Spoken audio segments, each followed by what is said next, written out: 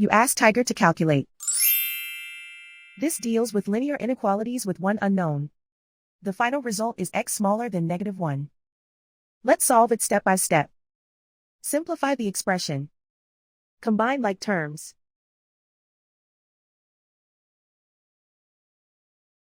Convert the x into a positive number. Multiply both sides by -1. Whenever you multiply or divide by a negative, reverse the inequality sign.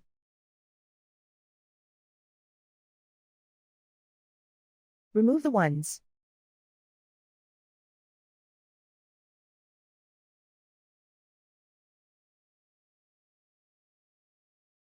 Plot the solution on a coordinate grid. And so the final result is x smaller than -1.